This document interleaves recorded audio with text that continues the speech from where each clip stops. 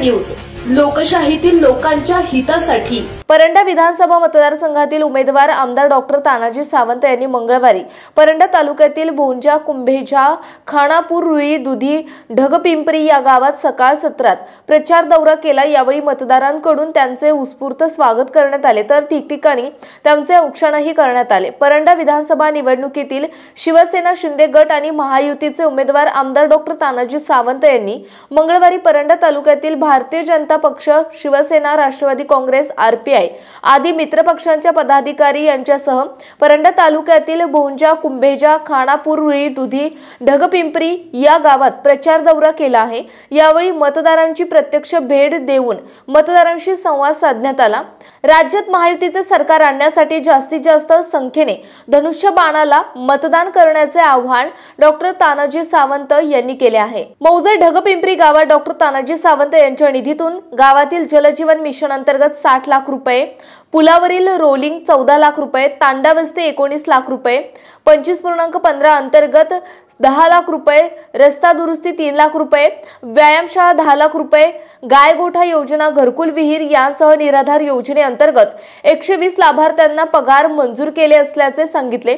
यावेळी शिवसेना जिल्हाप्रमुख दत्तात्रय साळुंके, RPIचे प्रदेश सरचिटणीस संजय कुमार बनसोडे, गौतम लटके, शिवसेना तालुका प्रमुख अण्णासाहेब जाधव, ढगपिंपरीचे माजी सरपंच अशोक गरड, पंचायत समितीचे सदस्य गुलाब शिंदे, बळीराम हिवरे, बापू हावळे, बालाजी खर्चे, राजेंद्र कुलकर्णी, नवनाथ साठे, डॉक्टर नाना गरड, डॉक्टर शिंदे, तात्याराम हिवरे, विकास देवकते, सिद्धेश्वर बरबत, बिरमल मिसाळ, बिभीषण तरंगे, मामासाहेब सोलंकर, बाबूराव ताकभाते, भाजपाचे रवी गरड, सुरेश एवारे, नितीन काकडे, रामभाऊ माळी, पापा शेख, अजय हिवरे, रुईचे सुमित पाटील, विष्णू सांगडे, अविनाश हंगे, वैभव सांगाडे यांच्यासह महिला ग्रामस्थ मोठ्या प्रमाणामध्ये उपस्थित होते।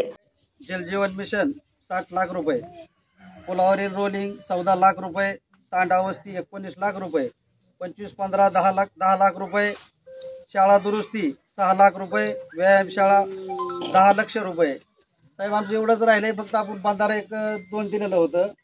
त्या बांधाऱ्याचं पाणी आपलं सरवडीच्या पुलाखाली जात होतं आणि खाल्ला जी राजू मालकाची एक बांधारा होता त्याचं पाणी ह्या ह्याला जात होतं। तेवढं एक राहिलंय आणि एक मंजूर झालेलं आहे, मंजूर झालंय, फक्त आपलं ती बजेट टाकायचं राहिले।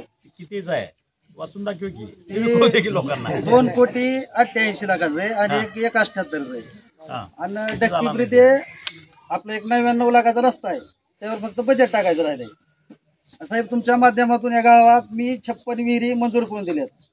पुन्हा घरकुल आपल्या गावात फक्त 3 आलते, तर तुमच्या ह्याने 65 घरकुल झाले। पुन्हा गायगोठा 53 मंजूर झालं। म्हणजे असे अनेक कामं तुमच्या म्हणजे माध्यमातून होत गेले ते, त्यामुळं कुणाला काय आणि गुलाबच्या माध्यमातून 120 पगारी निराधारच्या या गावात चालू झालेल्या आहेत। गुलाब म्हणजे दिली फाईल की इकडे काय यायचं नाही, जायचं नाही, एकदम 1 नंबर म्हणजे आपलं मंजूर करून देतोय। आणि सगळ्यांनी धनुष्यबाणाला मतदान करावं। मी कधी बोलत नाही पण आज बोलायला लागलोय एवढं। जय हिंद, जय महाराज। आता मी त्याची बेरीज केली, जवळपास 6.5 ते 7.25 कोटीचा निधी आपल्या गावाला, 8 कोटीच्या जवळपासचा निधी आलेला आहे।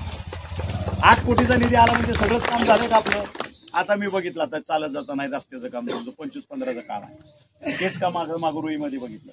आता दुसरा आमचा शिवसैनिक रुईमधला ते काम कशा क्वालिटीचं आहे बघा आणि हे काम कशा क्वालिटीचं बघा, इथंच फरक दिसतंय। चांगलं काम करायला पाहिजे, खडी दिसता कामाने असं चकाचक 10 वर्ष त्या रस्त्याला असा गुळगुळीत दाढी केल्यासारखा रस्ता पाहिजे, काही सुद्धा होता कामाने। ती रस्ता मला माहित नव्हता, मी चालत कौतुक केलं, म्हणलं रस्ता कोणी केला गाड्या, कुठला कॉन्ट्रॅक्टर आहे, हे बघा इथं जो समोर आहे बघा। परत एकदा ह्या गावात सुद्धा जो अभिनंदन करतो, एवढा खटाखट रस्ता केला। 10 वर्ष काय सुद्धा होणार त्या रस्त्याला। ज्यावेळेस निधी आम्ही टाकतो ना, मग आपल्याला काय कुठल्या आमदारला काय 2 पैसे द्यायचे आहेत, ते पहिली पद्धत होती।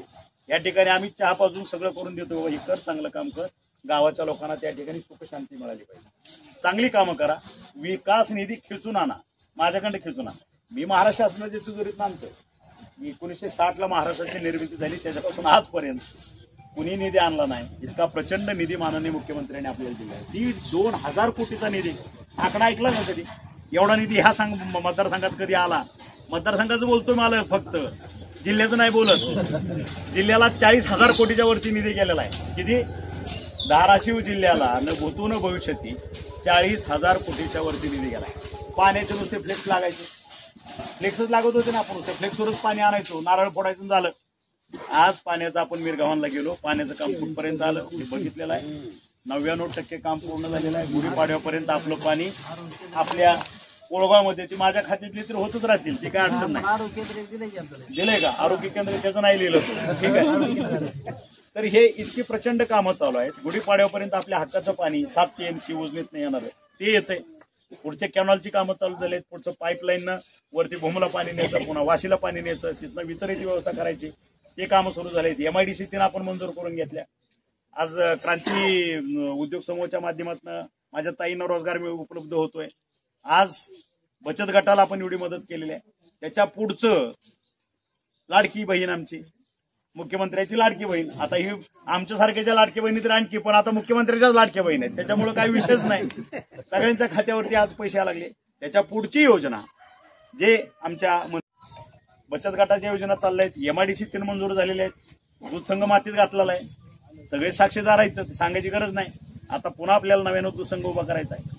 DCC बँक आहे का अस्तित्व? तुमच्या कोणी वडिलार्जित वडिलांनी भावानी कोणीतरी 2,000-5,000 रुपये त्या बँकेमध्ये डिपॉझिट ठेवलं, मिळतात का पैसे? कुठे गेलं पैसे? बँक दिसत बी नाही. आता आपल्याला परत आता ते नव्यानं उभा करायचं आहे.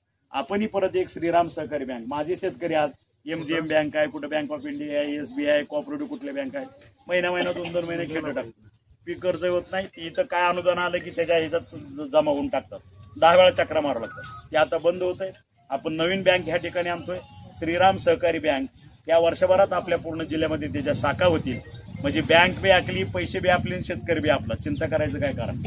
बरोबर आहे. कुणाच्या दारात फाईल घेऊन उभा राहायचं कारण नाही. पाणी पुन्हा गेलं पाहिजे, शेतातली काकरीना काकरी आपली भिजली पाहिजे, त्यासाठी योजना आणतोय. उपसा जलसिंचन योजना, सहकारी संस्था आपल्याला पुन्हा भविष्यात निर्माण करायच्या आहेत.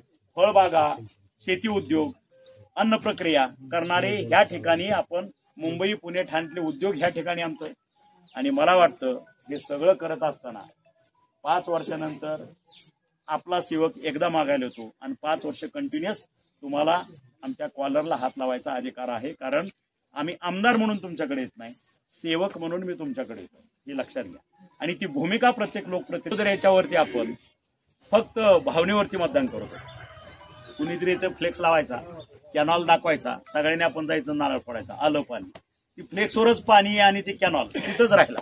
30 वर्ष आपण ह्याच्यावर मतदान केलं. आता माझी विनंती आहे तरुण वर्गाला की पहिलं आपलं कुटुंब, मी स्वतः काय करतो, माझा रोजगार, त्याच्यानंतर माझ्या गावाचा विकास आणि त्याच्यानंतर माझ्या तालुक्याचा विकास, हे सगळं घेऊन जो रोडमॅप घेऊन ब्ल्यूप्रिंट घेऊन कोणी येत असेल तर त्याला आपण मतं द्यावं. भावनेच्या आहारी जाऊन मतदान देऊ नये.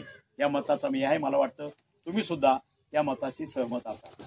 आणि म्हणून आपल्याला विकासाचं धोरण ठेवून आपल्या अडचणी सोडवणारा सेवक, आपल्या अडचणी मांडणारा सेवक आणि आपल्या विकासासाठी महाराष्ट्राच्या तिजोरीतनं प्रचंड प्रमाणात निधी आणणारा सेवक असला पाहिजे. तो दबंग बी असला पाहिजे आणि आपल्या मतदारसंघाचं नाव नुसत्या महाराष्ट्रात नाही तर भारतातही नेणारा असला पाहिजे.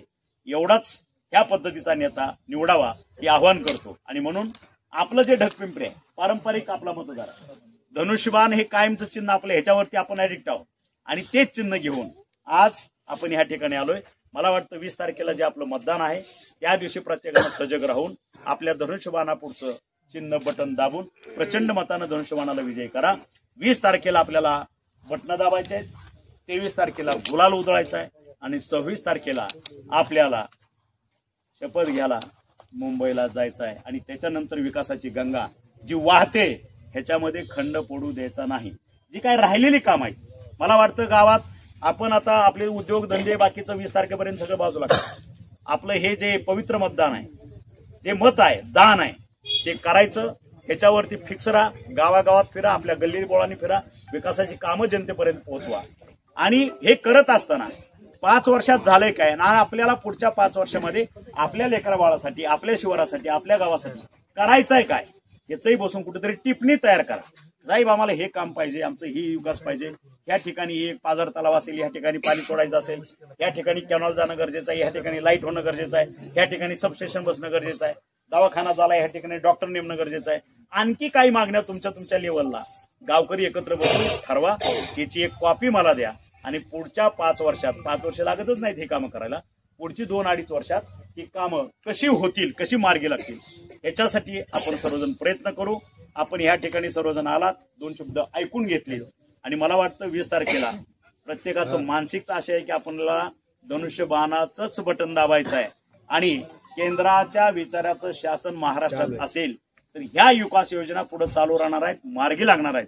त्याचं कारण आज पाणी आणायची योजना असेल, आज 17-18 हजार कोटीचं बजेट असेल तर त्याच्यातला 40% वाटा हा महाराष्ट्राचा असतो, 60% वाटा केंद्राचा असतो. 100 रुपये खर्च असेल तर 40 रुपये महाराष्ट्र शासन स्वतःच्या तिजोरीतून देतं, 60 रुपये केंद्र शासन देतं. संपादक आशुतोष बनसोडे. आपल्या परिसरातील महत्त्वाच्या आणि ताज्या बातम्या पाहण्यासाठी लोककल्याणार्थ न्यूज चॅनलला YouTubeवर सबस्क्राईब करा आणि बेल आयकॉन प्रेस करा.